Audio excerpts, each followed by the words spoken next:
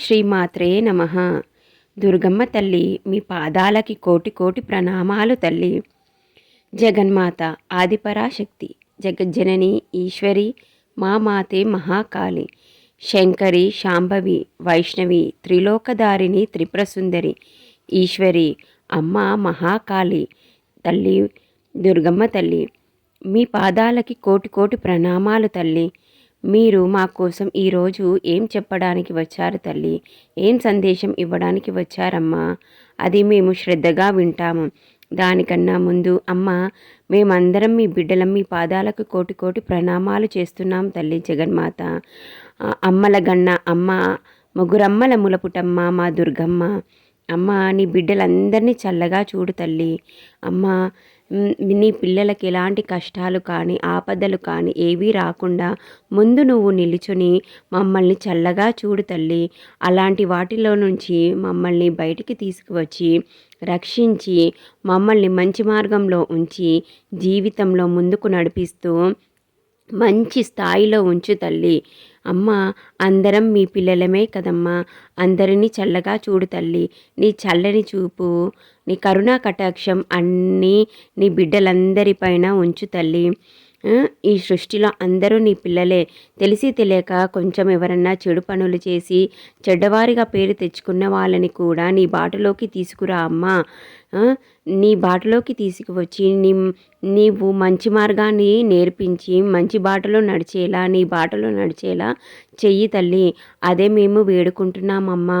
అప్పుడే ఈ జగతంతా సుఖ సంతోషాలతో వర్ధిల్లుతుంది కదా తల్లి. అందుకే అందరూ బాగుండాలి, అందులో మేముండాలి అని కోరుకుంటూ నీ పాదాలకు కోటి కోటి ప్రణామాలు చేస్తూ ఇప్పుడు మేము నువ్వు చెప్పే మాట ఆలకిస్తున్నాము తల్లి, వింటున్నాము. మీ శత్రువులు మిమ్మల్ని భ్రమలో భ్రాంతిలో బతికేలా చెయ్యాలనుకుంటున్నారు. అలా చేయడం వల్ల భక్తి మార్గం నుండి పక్కకు జరుగుతారని వారి ఆలోచన. చూసారా అండి, మీ శత్రువులు ఎలాంటి ఆలోచనలు చేస్తున్నారో. అంటే మిమ్మల్ని ఈ భ్రమలో భ్రాంతిలో ఉంచి పూజకి అమ్మకి భక్తి మార్గానికి అన్నిటికీ దూరం చేయాలని వాళ్ళు ఎన్నో రకాలుగా ఆలోచనలు చేస్తున్నారు. ఆ భ్రమ భ్రాంతిలో ఉంటే ఏమైపోతుంది? మనిషికి ఎలాంటి ఆలోచనలు రావు, ఏమీ ఆలోచించలేకపోతాడు. ఏమైనా ఊహాలోకంలో ఉన్నట్టు ఊహా ప్రపంచంలో ఉన్నట్టు, అరే నా ముందు ఇది జరుగుతుంది అని, ఆహా అవును కదా, అరే కరెక్టే, ఇది ఇట్లా చేసుకుంటున్నా కదా నేను, అట్లా చేస్తున్నా కదా నేను అని ఈ ఆలోచనలలో బ్రతుకుతూ ముందుకు సాగిస్తాడు తప్పితే నేను భ్రమలో బ్రతుకుతున్నా అన్న ఆలోచన కూడా వాళ్ళకి రాకుండా ఉండడం కోసము వాళ్ళు ఈ రకంగా మీ పైన భ్రమలో బ్రతికేలా భ్రాంతిలో బ్రతికేలా నెగిటివ్ ఎనర్జీని ప్రయోగిస్తున్నారన్నమాట. జాగ్రత్తగా ఉండండి. అలా అయితేనే మీరు వీటి అన్నిటికీ చెక్ పాయింట్ పెట్టగలుగుతారు. ఎందుకంటే వాళ్ళు తెలుసుకున్నారు. ఏమని? వాళ్ళు తెలుసుకున్నారు కదా, మీ కుండలిని శక్తి జాగృతం అవుతుందని. దానివల్ల మీకు చాలా పాజిటివ్ ఎనర్జీ ఎక్కువగా వస్తుందని వాళ్ళు అన్నీ తెలుసుకున్నారు. కాబట్టే వాళ్ళు ఈ విధంగా ఈ రకంగా చెయ్యడానికి సిద్ధం అయ్యారన్నమాట. చూడండి ఎలాంటి మనుషులు ఈ ప్రపంచంలో. అసలు ఎవరిని నమ్మాలి ఎవరిని నమ్మొద్దో అర్థం అవ్వట్లేదు. మన అనుకున్న వాళ్ళు కూడా మనని ఈ రకంగా ఇబ్బంది పెట్టడానికి పూనుకుంటున్నారు. ఇందులో మన వాళ్ళు అయ్యి ఉండవచ్చు, పక్క వాళ్ళు అయ్యి ఉండవచ్చు, మన మిత్రులలో అయి ఉండవచ్చు, ఎవరన్నా అయి ఉండవచ్చు. కానీ మీ శత్రువులు మిమ్మల్ని ఈ రకంగా టార్చర్ చేయాలని, ఈ రకంగా ఇబ్బంది పెట్టాలని చూస్తున్నారు. మీ దగ్గర కుండలిని శక్తి జాగృతం అవుతుంది, జాగృతమై ముందుకు సాగుతుంది అని అన్న విషయం వాళ్ళు తెలుసుకొని అది ఒక్కటి వాళ్ళు లాక్కోవడం కోసం. ఎందుకంటే మీకు పాజిటివ్ ఎనర్జీ ఎక్కువగా వచ్చేస్తుంది కదా. అలా వస్తే మీకు అంత మంచి జరుగుతుంది. మీరు జీవితంలో మంచి స్థాయికి వెళ్తారు. మీరు ఏది చేయాలనుకుంటే అది సక్సెస్ అవుతూనే మీరు ముందుకు వెళ్ళిపోతూ ఉంటారు. ఎక్కడ స్ట్రక్ అయిపోవడం కానీ, ఎక్కడ ఆగిపోవడం కానీ, ఎలాంటివి మీకు ప్రాబ్లమ్స్ రావడం కానీ ఇలాంటివి జరగవు కదా. సో అలా అయితే అప్పుడు వాళ్ళకి బాధాకరం కదా అది. వాళ్ళు ఎప్పుడైనా మిమ్మల్ని పాతాళానికి పడేయాలి, పాతాళానికి తొక్కేయాలని చూసే మనుషులు వాళ్ళు. అలాంటి మనుషులు, ఆ రకమైన మనుషులకి మనుషులు మంచిగా ఉండి బాగుపడితే చూసి ఓర్వలేరు, కళ్ళల్లో నిప్పులు పోసుకుంటారు. అలాంటి వాళ్ళు ఇలాంటి పనులే చేస్తారు. ఏమైనా ఎదుటివారిపైన నెగిటివ్ ఎనర్జీ పంపించడము, మంత్రతంత్రాల ప్రయోగాలు చేయడము, ఇవి తప్ప వాళ్ళకు ఇంకో పని పాట లేనట్టు వీటిపైన ఎగబడి ఇవే చేసుకుంటూ కూర్చుంటారు. అదేదో వాళ్ళు వాళ్ళ బాగుపడడం పైన, వాళ్ళు సంతోషంగా ఉండడం పైన, వాళ్ళ జీవితం బాగుండాలి, కుటుంబం బాగుండాలి, నలుగురిలో మేము కూడా మంచి పేరు తెచ్చుకోవాలి, మంచిగా ఉండాలి అని ఆలోచన వాళ్ళు వాళ్ళ కుటుంబంపై వారిపై పెడితే అదేదో కష్టమేదో, ఆ కష్టం ఏదో వాళ్ళ కోసం కష్టపడితే వాళ్ళు ఎంతో ముందుకు సాగుతారు, ముందుకు వెళ్తారు. కానీ వాళ్ళకి అదొద్దు, చెడ్డ మార్గమే కావాలి, చెడునే ఆశ్రయించడం కావాలి వాళ్ళకి. చివరికి లాస్ట్కి ఏమవుతుంది, చెడ్డ మనుషులు ఎప్పుడూ సక్సెస్ అవ్వనివ్వదమ్మ. వాళ్ళ సమయం వచ్చినప్పుడు, వాళ్ళ కర్మఫలము దగ్గర పడ్డప్పుడు, దగ్గరికి వచ్చినప్పుడు అన్నీ వాళ్ళని ఎట్లా అంటే మొత్తం రౌండప్ చేసేస్తాయి. సర్కిల్ లాగా మొత్తం చుట్టుకొని వాళ్ళు అందులో దిగబడిపోయారంటే మళ్ళీగా పైకి లేవరు, అక్కడనే సమాప్తం అయిపోతారు. మీరు చాలా జాగ్రత్తగా ఉండాల్సిన సమయం ఇది. ఎందుకంటే ఎటువైపు నుంచి ఎవరు ఏ రకంగా మీకు నెగిటివ్ ఎనర్జీ సెండ్ చేస్తారో మీకే తెలియదు. ఎలాంటి బ్లాక్ మ్యాజిక్ని ప్రయోగిస్తారో మీపై, వాళ్ళు ఎలాంటి బ్లాక్ మ్యాజిక్ని ప్రయోగించాలనుకుంటున్నారో కూడా మీకు తెలియదు. కాబట్టి ఈ సమయంలో మీరు చాలా అంటే చాలా జాగ్రత్తగా ఉండాలి. అర్థమైందా అండి? మీ శత్రువులు ఎలా తయారైపోయారంటే ఇక 24 గంటలు మీరు తప్ప ఇంకేది లేదు, మిమ్మల్ని ఎలా తొక్కేయాలి అనేది ఒక్కటి వాళ్ళ టార్గెట్ లాగా పెట్టుకొని మీ దగ్గర ఏమేమవుతుంది, మీ ఇంట్లో ఏమవుతుంది, మీరు ఏం మాట్లాడుకుంటున్నారు, ఎక్కడ వెళ్తున్నారు, ఏం చేస్తున్నారు, ఇవన్నీ ఎప్పటికప్పుడు అప్డేట్ చేసుకుంటున్నట్టు అన్నీ తెలుసుకొని వాళ్ళు మీ వెనకాల పడ్డారు. ఎలా, మిమ్మల్ని ఏ రకంగా కూడా మంచిగా ఉంచకూడదు అని నిర్ణయించుకొని మీకు నెగిటివ్ ఎనర్జీని పంపించడం, మీ పైన బ్లాక్ మ్యాజిక్ని ప్రయోగించడం, ఇలాంటి చెత్త చెదార పనులన్నీ చేస్తున్నారు. అసలు వీళ్ళని మనుషులు అని కూడా కౌంట్ చేయలేం. అలాంటి బాపతికి చెందిన వాళ్ళు వీళ్ళు. ఏమనాలో కూడా అర్థమవుతలేదు. అమ్మ ఎన్నిసార్లు వీళ్ళకి మారుతారేమో అని అవకాశం ఇచ్చినా కానీ వీళ్ళలో మార్పు మాత్రం వస్తలే.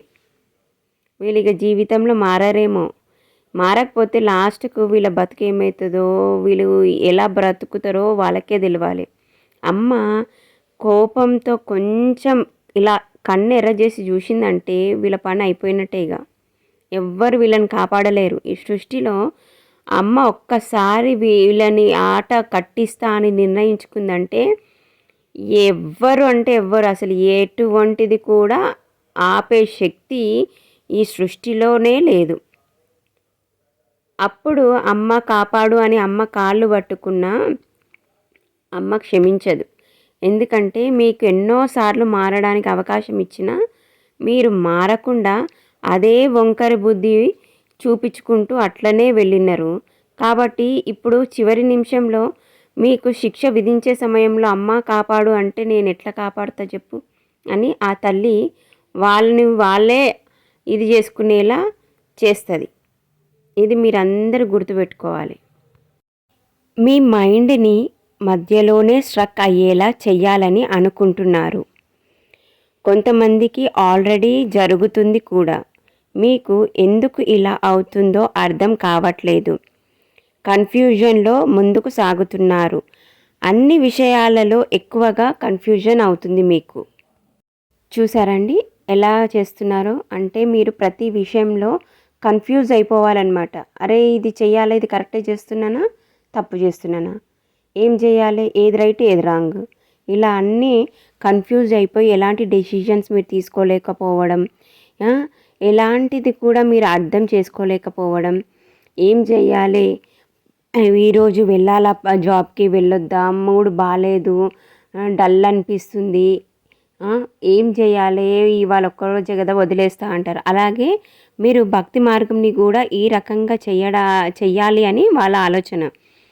పూజలు గూడా ఈరోజు వద్దులే, ఈరోజు చేతనైతలేదు, ఎట్లనో ఉంది, హెల్త్ గూడా డల్ అనిపిస్తుంది, కొంచెం హెడేక్‌గా ఉంది. ఇట్లా ఏదో ఒక ఇష్యూ రావడం వల్ల మీరేమైపోతారంటే, సరేలే ఇవాళ ఒక్కరోజు వదిలేస్తా, రేపటి నుంచి మళ్ళా స్టార్ట్ చేస్తా, రేపటి నుంచి మళ్ళీ అమ్మని ఆరాధిస్తా, అమ్మకి తెలుసు గదా నాకు కొంచెం ఎట్లానో ఉందని, అమ్మ అర్థం చేసుకుంటుందిలే అని మీరు అనుకుంటారు. కాకపోతే అది దేనివల్ల అవుతుంది, దేని నుంచి మీకు అలా జరుగుతుంది అనేది మీరు అర్థం చేసుకోలేకపోతారు. కానీ అది తల్లికి తెలుసు ఎలా అవుతుంది ఏంటిది అని. కానీ మీరు అలా అయినప్పుడే మైండ్ని స్ట్రాంగ్ చేసుకోమని నేను అందుకే చెప్తూ ఉంటానండి. మైండ్ స్ట్రాంగ్ చేసుకోవాలి, మనసుని దృఢ సంకల్పంతో గట్టిగా ఉంచుకోవాలి. అప్పుడే ఇలాంటివి ఏవైనా జరిగినా కానీ, ఇలాంటివి అనిపించినా కానీ మనం ఏం చేస్తామంటే ముందు అడిగేస్తాం. ఖచ్చితంగా చెయ్యాలి, ఏదేమైనా కానీ నేను అనుకున్నది చెయ్యాలంటే చెయ్యాలి అని మీరు ఖచ్చితంగా అమ్మని ఆరాధించుకుంటారు, అమ్మ నామాన్ని జపించుకుంటారు, అమ్మ సేవ చేసుకుంటారు. అలా చేయడం వల్ల ఏమైపోతుందంటే మీరు ఖచ్చితంగా చేస్తారు. అలా చేయడం వల్ల ఏమవుతుందంటే మీకోసం ఏదైతే నెగిటివ్ ఎనర్జీని వాళ్ళు సెండ్ చేశారో, పంపించారో బ్లాక్ మ్యాజిక్ని, అది ఏమైపోతుందంటే అరే నా ప్రభావం ఎందుకు చూపించట్లేకపోతున్నాను నేను వీరిపైన, ఎందుకు ఇలా అవుతుంది అనేది వాళ్ళకి అర్థం కాక, ఎవరైతే పంపించారో వాళ్ళకి అర్థం కాక, మేము ఇంతగానం పంపిస్తున్నా వీళ్ళ పైన ఎందుకు ప్రభావం చూపించట్లేదు అనేది వాళ్ళకి అర్థం కాక ఆ కన్ఫ్యూజన్ వాళ్ళకి క్రియేట్ అవుతుంది, అక్కడ వాళ్ళ మైండ్ స్ట్రక్ అవుతుంది. సో మీరు ఇప్పటికైనా కొంచెం ఆలోచించుకోండి. మీకు ఇలాంటివి ఏమైనా ఇబ్బందులు కలుగుతుంటే ముందు ఎప్పుడైనా అవకాశం ఏదన్నా కలిగే అవకాశం కూడా ఉన్నా కానీ ఈ మాటలని, అమ్మ చెప్పిన మాటలను గుర్తు తెచ్చుకొని మీరు ఇవన్నీ అన్ని పిచ్చి ఆలోచనలన్నీ ఇవన్నీ పక్కకు పెట్టేసి గట్టిగా మైండ్ని స్ట్రాంగ్ చేసుకొని, మనసుని గట్టిగా చేసుకొని, సంకల్పం చేసుకొని మీరు మీవన్నీ ఖచ్చితంగా ఇది చేయాలంటే ఇది చేయాలి, ఈ పని నేను ఈరోజు చేయాలంటే ఈరోజు చేయాలి, ఇవన్నీ A to Z అన్నీ అప్డేట్గా ఎప్పటికప్పుడు అన్నీ చేసుకుంటూ ముందుకు వెళ్ళండి. అప్పుడే మీరు విజయాన్ని సాధిస్తారు, మీ శత్రువులు ఓడిపోతారు. వాళ్ళు అరే మేము ఎన్ని చేసినా కానీ వీళ్ళని ఏం చేయలేకపోతున్నామే అన్న ఇదిలో వాళ్ళు ఉంటారు. ఎందుకంటే వాళ్ళు అలా చేసినప్పుడు మీరు సేమ్ యాజ్ ఇట్ ఈజ్ వాళ్ళు అనుకున్న విధంగా మీరు చేసుకుంటూ వెళ్తున్నారు అనుకోండి, అప్పుడు ఏమైపోతుంది మీకు ఎట్లా అంటే మీరు ఇంకా ఇవన్నీ అయ్యేసరికి మీకు టెన్షన్ కూడా వచ్చేస్తుంటుంది. ఆ టెన్షన్లో మీరు ఏమవుతుందంటే ప్రతిరోజు ఏం చేయాలి అన్న ఆలోచన ఉండదు. ఇది చేస్తే ఏమైపోతుంది అన్న టెన్షన్, అది చేస్తే ఏమైపోతుంది అన్న టెన్షన్, పిచ్చి ఆలోచనలు ఎక్కువ అయిపోతూ ఉంటాయన్నమాట.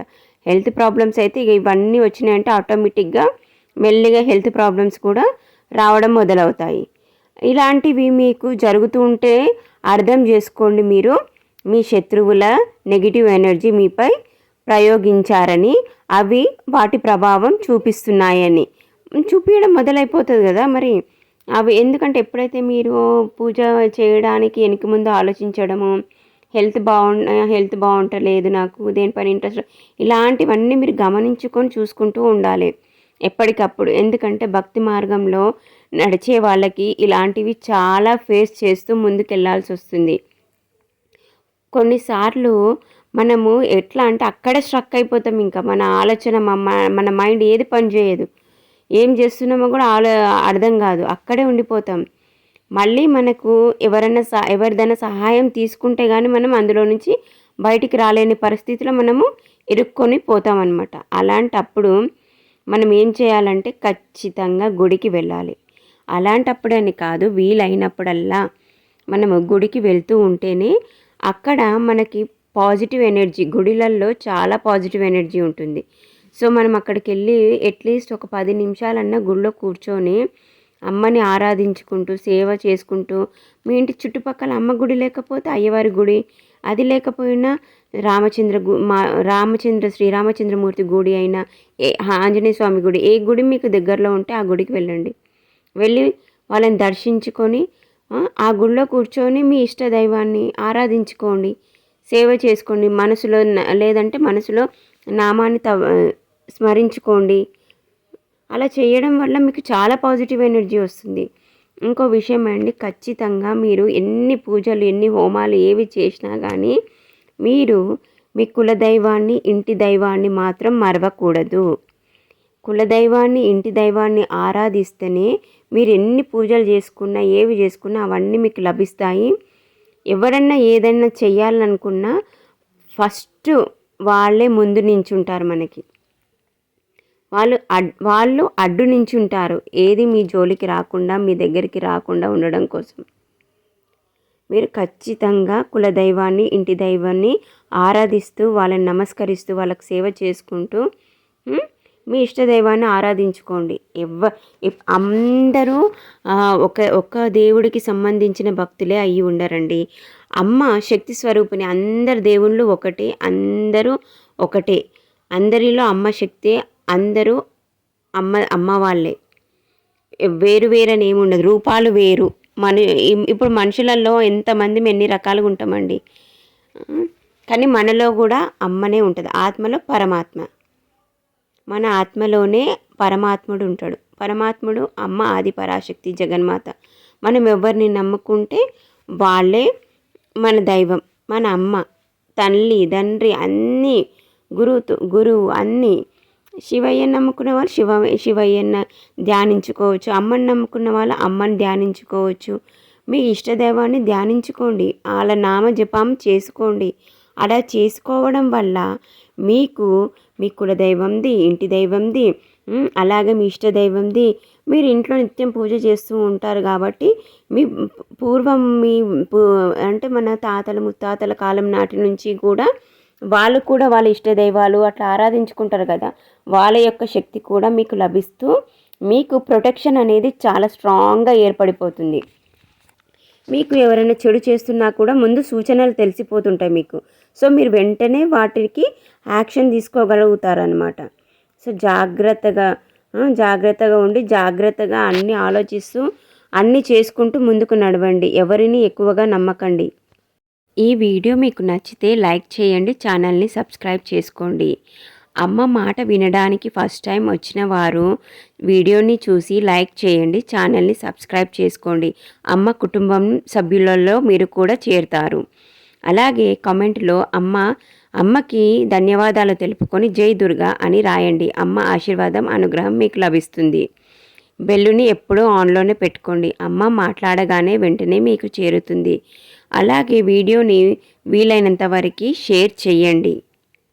మీది చాలా కష్టపడే మనస్తత్వం గల్లవారన్నమాట.